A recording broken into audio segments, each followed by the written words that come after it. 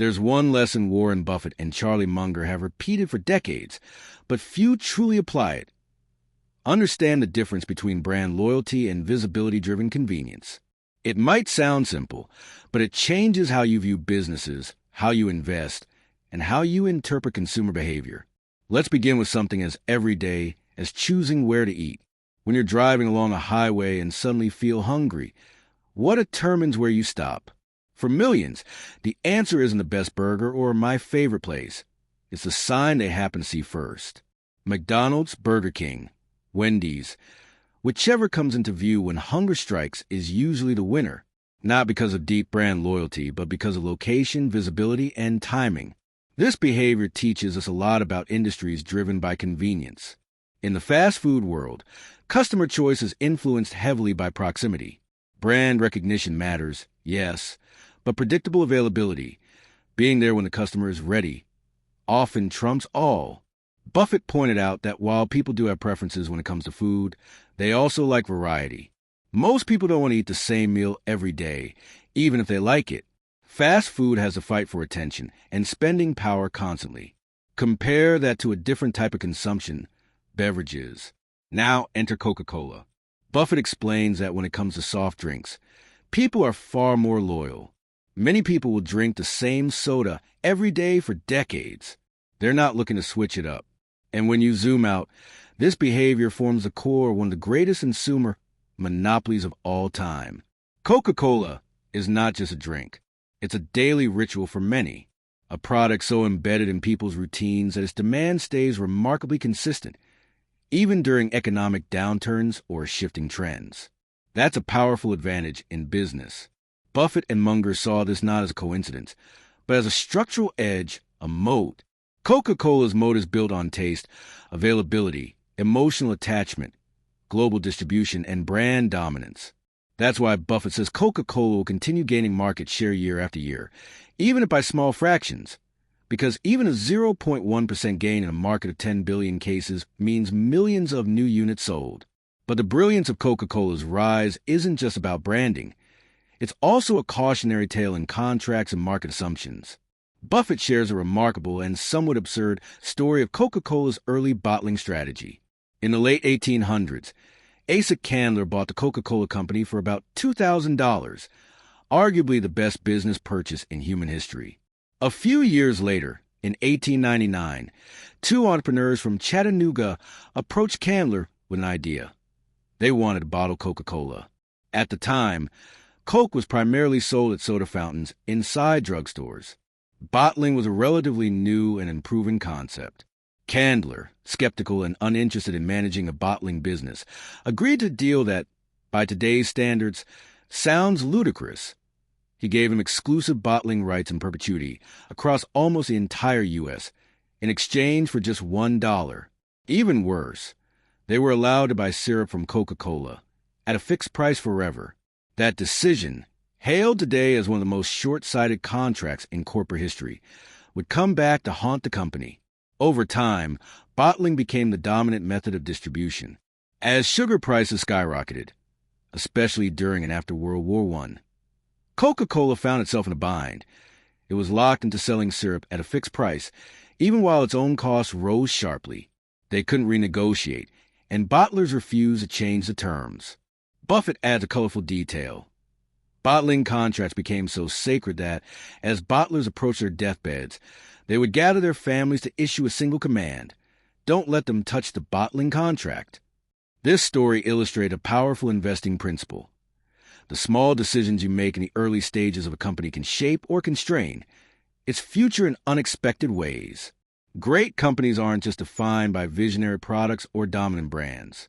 They're also shaped by the deals, contracts, and partnerships made long before anyone realizes how big the business might become. It's also a reminder that markets aren't perfectly efficient or fair. The invisible hand of capitalism doesn't always lead to optimal outcomes. As Buffett and Munger explain, free markets often produce remarkable efficiency and abundance, but without rules and oversight, they can also create antisocial consequences. Munger puts it bluntly: pioneers died like flies because drinking water was too close to sewage. And the only reason we don't suffer those consequences today is because environmental rules exist. Sewage systems, clean water regulations, and public health standards transformed modern life, not because the market demanded them, but because society had to. This balance between free enterprise and regulatory guardrails is one of the most misunderstood aspects of capitalism. Buffett believes markets should be left to operate freely in most cases, but some issues, like environmental protection or systemic health risks, require intervention. Otherwise, the market will often reward practices that maximize profit at the expense of public well-being. Even in Buffett's beloved Coca-Cola story, this tension exists. The bottling contracts, while legal and market-driven, created long-term operational challenges. They reveal the limits of contract law in managing complex, evolving industries. So, what does all this mean for you? The investor, the learner, the builder? It means that truly understanding a business requires more than surface-level analysis. You need to know the history, the incentives, the customer behavior, the risks buried in old agreements, and the structural forces shaping the market. Great companies are rarely perfect. They succeed despite challenges, not because they avoided them. And as you look at brands, think about this. Is the customer choosing them because of real loyalty or just because it's convenient in the moment? That question alone can help you separate companies with enduring value from those just riding the wave. Now, I'd love to hear your perspective.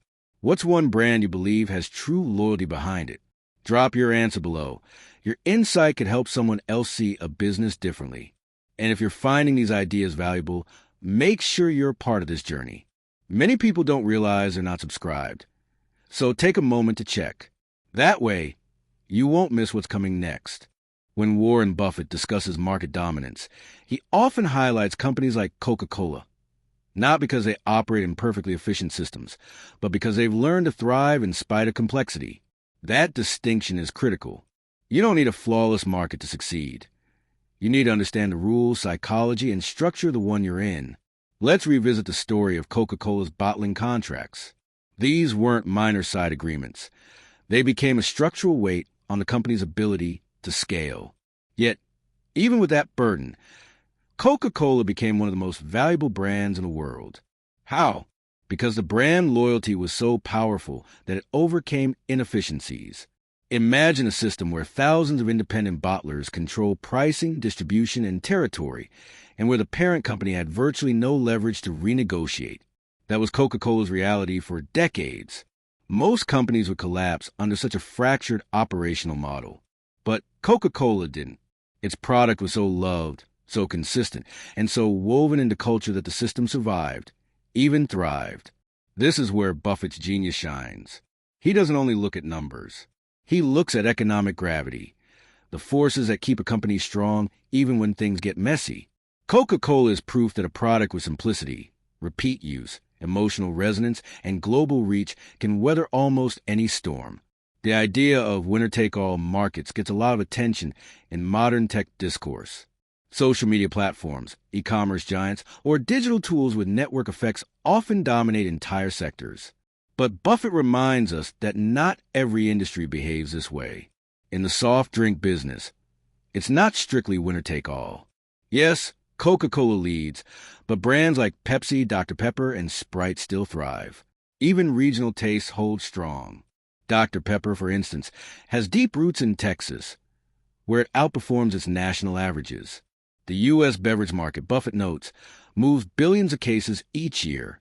So even a small market share equates to massive volume and revenue. This matters when you're analyzing industries. Some sectors naturally concentrate power, 2 newspapers in a town or 1 dominant e-commerce platform, but others are more open, fragmented, and still wildly profitable.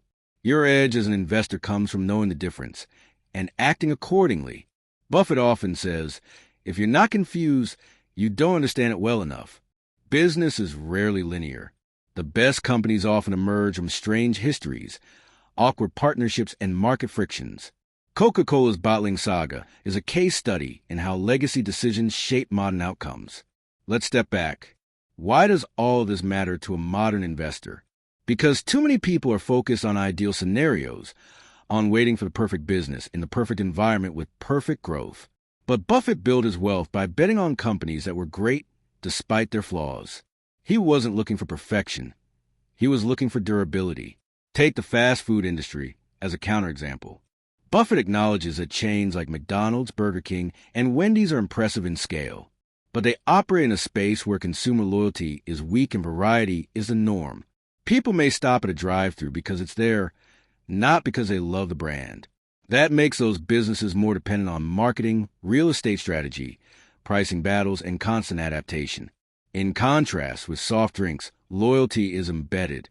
People crave their daily fix. They stock it at home. They expect it on menus. And they resist change. That emotional stickiness makes all the difference. That's why Coca-Cola continues to dominate. Buffett isn't romantic about any of this. He's just pragmatic. He studies why people behave the way they do, and he finds businesses that align with those behaviors. That's what makes his investment decisions feel obvious after he explains them, but elusive before. Another layer of Buffett's thinking comes into focus here: compounding. Coca-Cola didn't win overnight. It wasn't built through viral growth or a massive IPO. It grew slowly with consistency. Every new market it entered added to its reach. Every new customer became a repeat user. Every advertising campaign cemented the brand deeper into culture.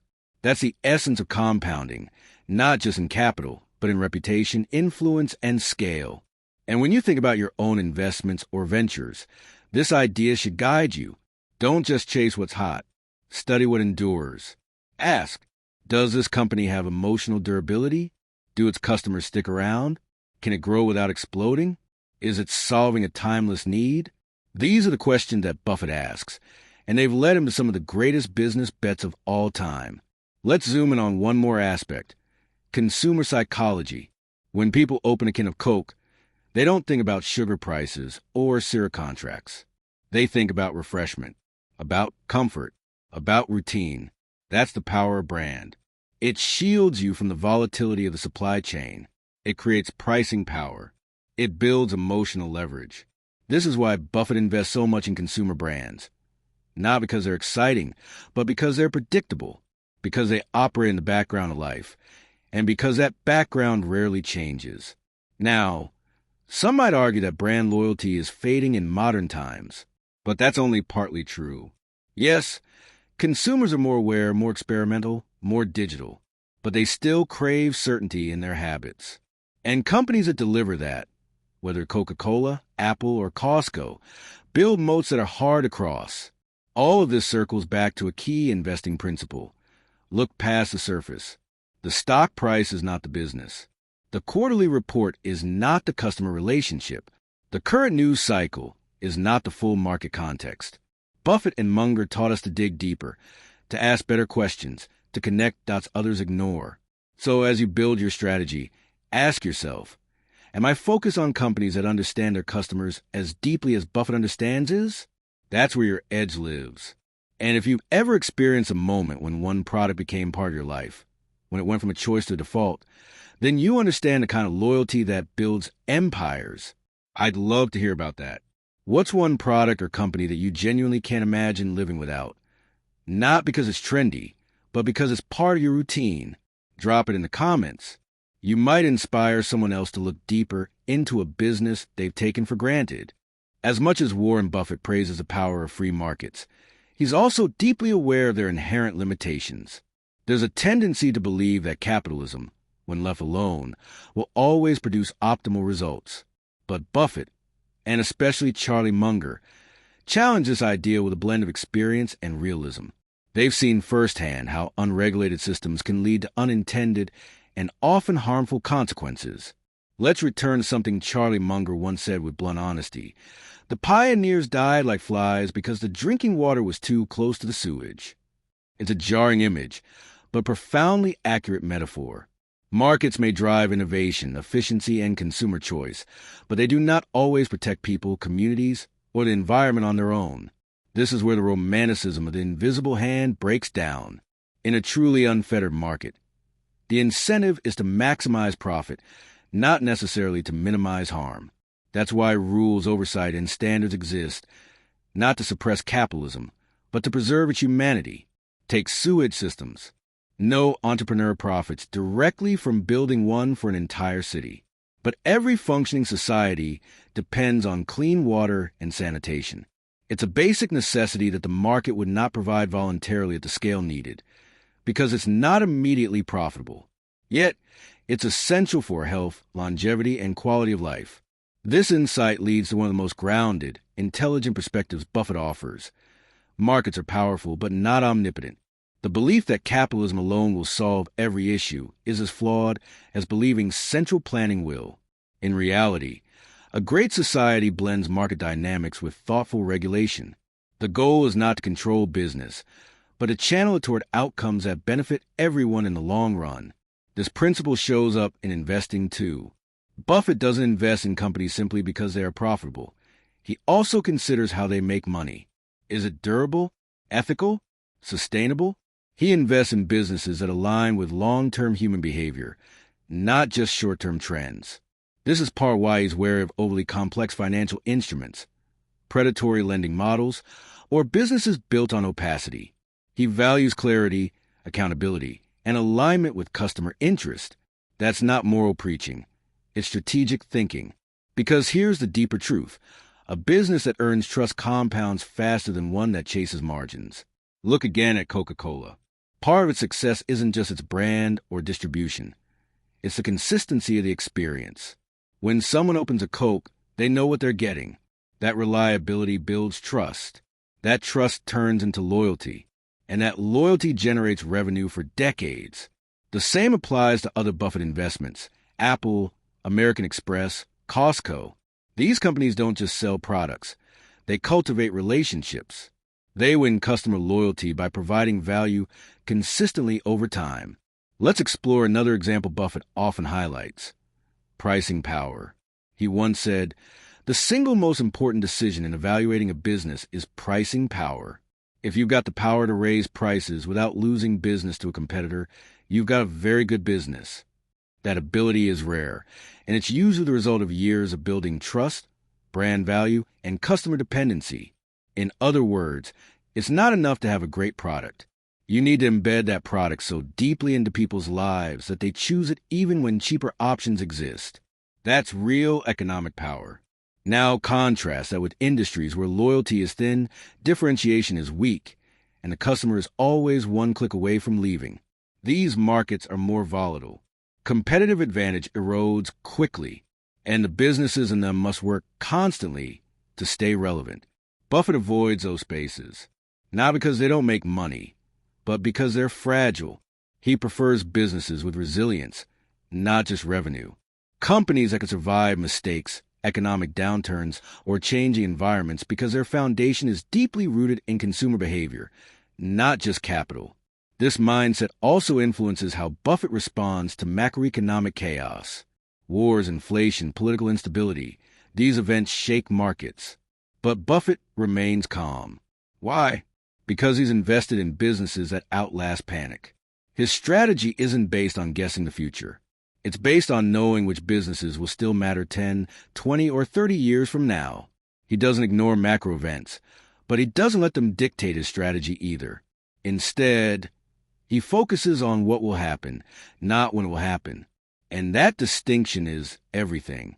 Buffett famously bought his first stock in 1942, during World War II.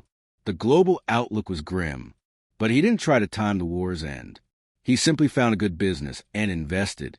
That's the mindset of a builder, not a gambler.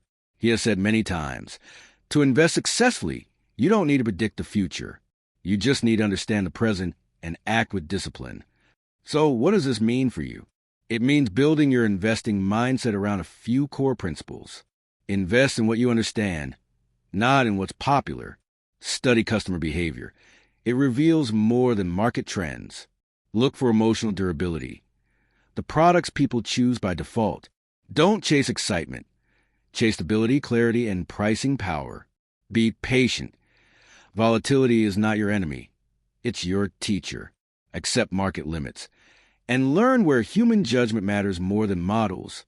And perhaps most importantly, don't confuse complexity with intelligence. Many investors want to sound smart. Buffett wants to make smart decisions. That's why he avoids jargon, why he keeps things simple, why he chooses companies like Coca-Cola or Apple over the next obscure tech trend. Because simplicity scales. Simplicity endures. Now, as we close this journey, I invite you to reflect not just on Buffett's wisdom, but on how you approach decisions in your own life. Are you chasing noise or building something real? Are you betting on emotion or investing with clarity? Are you looking for the next big thing or trusting the slow power of compounding?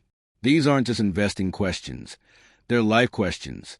If this message connected with you, share one idea or insight you're taking with you today. Maybe it's about branding. Maybe it's about market limits. Maybe it's about seeing chaos differently. Whatever it is, leave a comment. It could be the exact perspective someone else needed to hear right now. And if you're one of the many who enjoy this kind of content but haven't joined the community yet, take a second and check if you're subscribed. Turning on notifications means you won't miss the next conversation. And around here, each one builds on the last.